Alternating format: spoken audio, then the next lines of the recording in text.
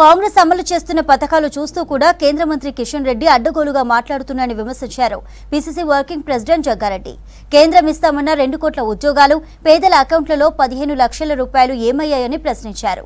బండి సంజయ్ని తప్పించి కేసీఆర్ కోసమే కిషన్ రెడ్డిని ప్రెసిడెంట్ ను చేశారని ఆరోపించారు.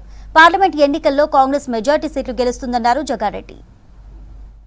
స్వయంగా ఎన్నికల ముందు చెప్పిన వాగ్దానంలో మొదటి వాగ్దానము మొదలయ్యి దాదాపు 20 కోట్ల మంది మహిళలు డైరెక్ట్ గా ఇప్పటి వరకు లబ్ధి పొందినారు.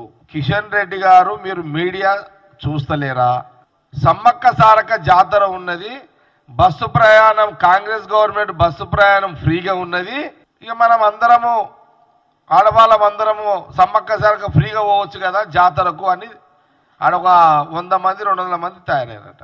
కావాలంటే కిషన్ రెడ్డి గారు ఒకసారి మీ భార్యను కూడా ఆర్టీసీ బస్సు ట్రై చేయమని చెప్పండి.